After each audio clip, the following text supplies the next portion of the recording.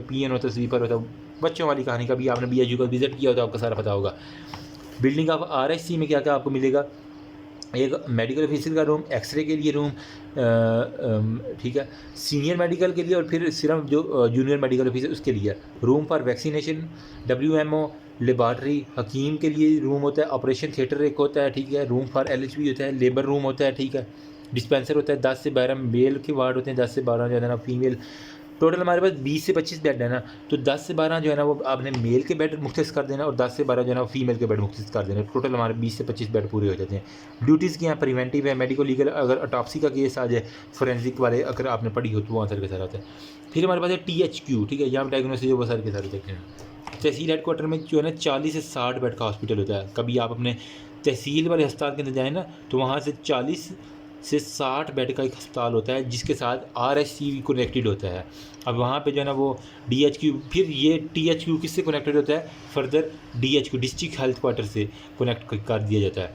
BHU RSC को हमने connect किया THQ से, THQ अब DHQ से कनेक्ट हो जाएगा, ठीक है। तो वही है कि एक्सरे लैब होता है, एम्बुलेंस सर्विस यहाँ पे अवेलेबल होती है, बाकी यहाँ पे अवेलेबल नहीं थी हमारे पास। अरेंजमेंट होती है रेफरल ताकि इसको DHQ रेफर का से अगर केस सवेर है। डिस्ट्रिक्ट हेड क्वार्टर के हॉस्पिटल में स्पेशलिस्ट सर्विसेज होती हैं। अब डिस्ट्रिक्ट के बड़े अस्पताल में आ गए हैं ना, तो स्पेशलिस्ट डॉक्टर वहाँ पे बैठे होते हैं। फैसिलिटी टू विद सीरियस और complicated disease, diagnostic and therapeutic और एम्बुलेंस सर्विस होती है।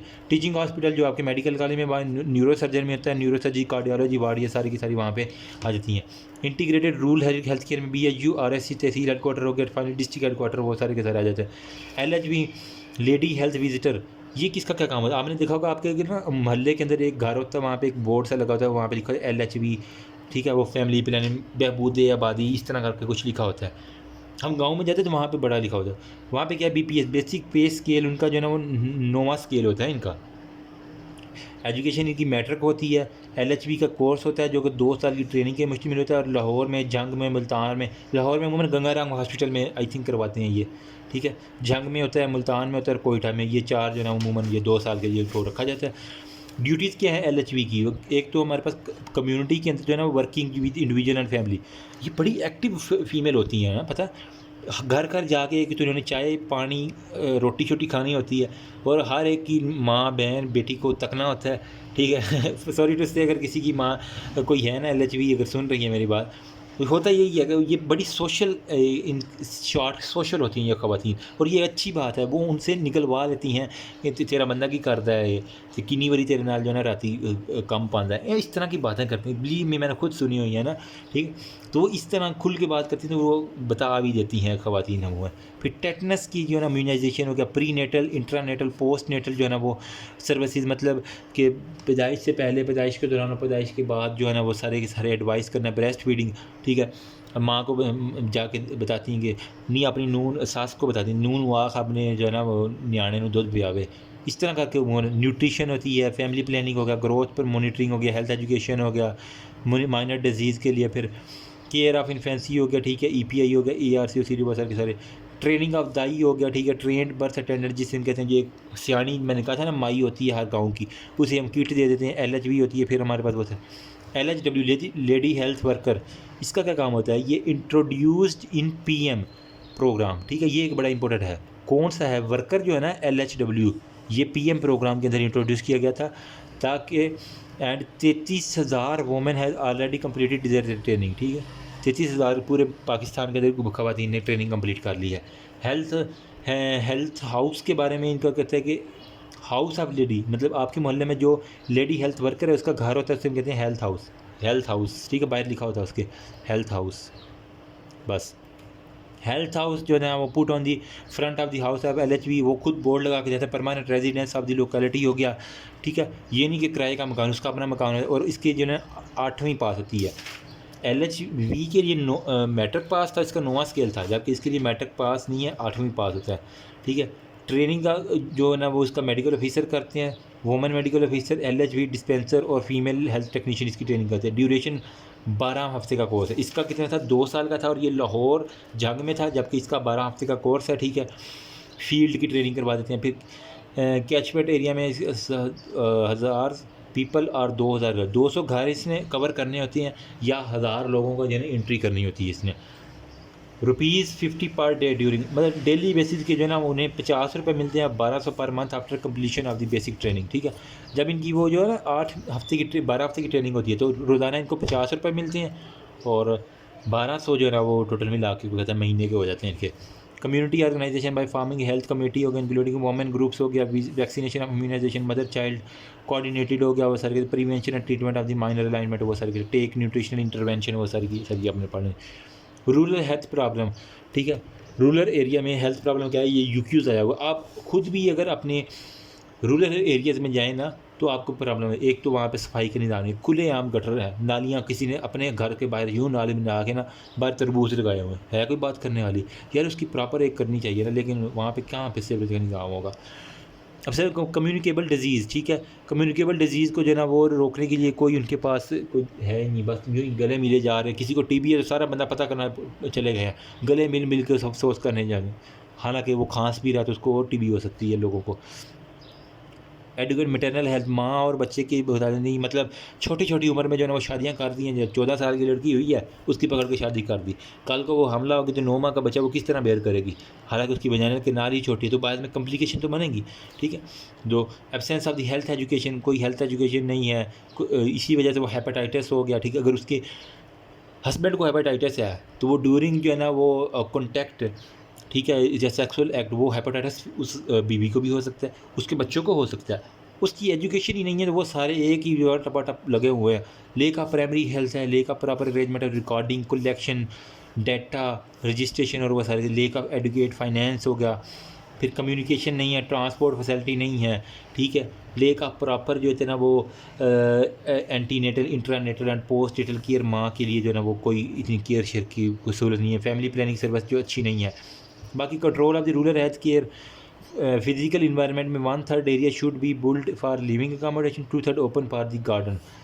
किसी भी इलाके के अंदर 1/3 जो है ना वहाँ पे लोग रहें, और उस इलाके का 2/3 जो है ना वहाँ पे गार्डन वगैरह और कोर्ट यार्ड्स वगैरह हों।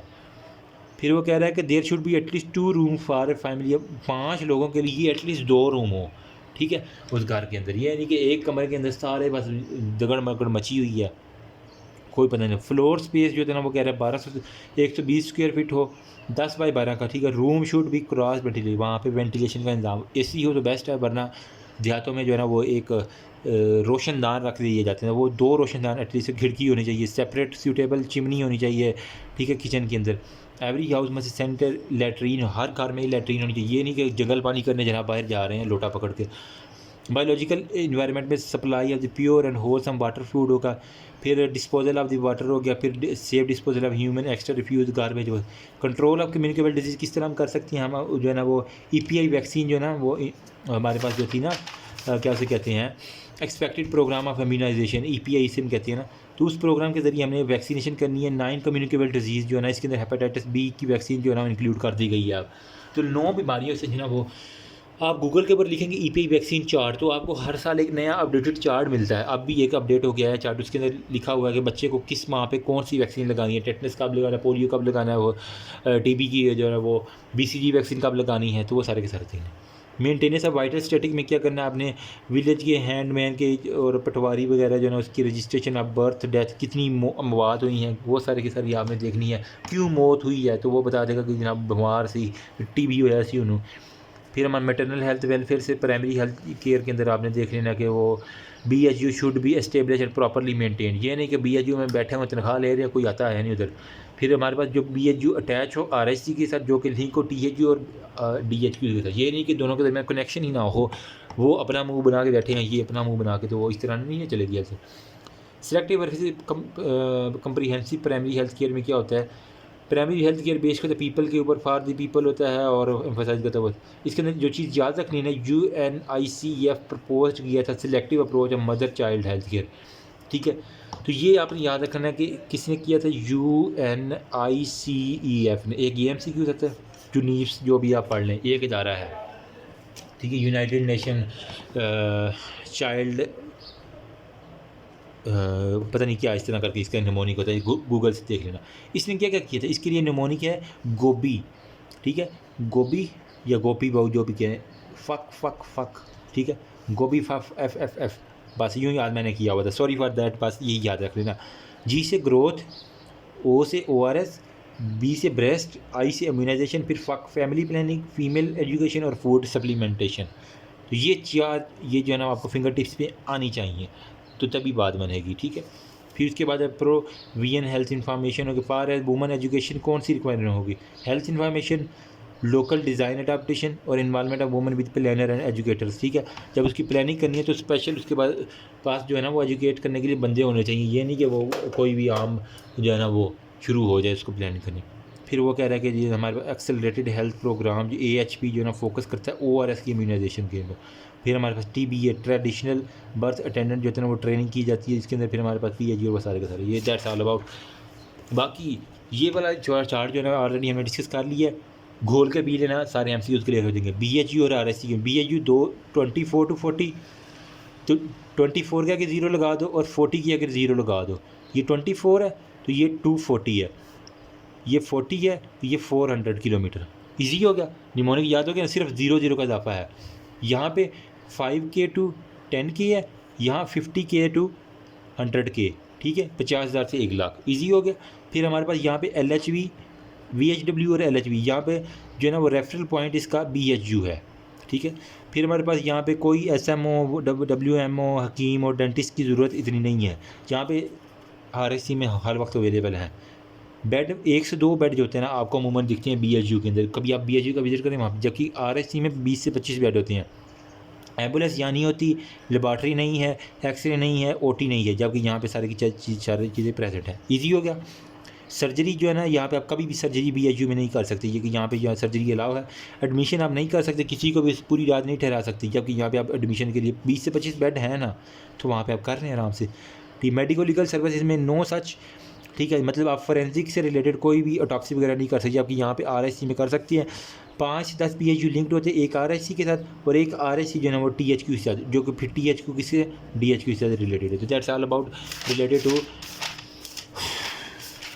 Primary health care. होपफुली ज़्यादा नहीं तो यार कुछ ना कुछ आइडिया होगा का, बाकी आप खुद एक दफ़ा रीड करेंगे तो इंशाल्लाह कवर हो जाएगा। बाकी मैं इंशाल्लाह ना जो पास्ट UQs हैं और MCQs है वो आपके साथ शेयर करता रहूँगा।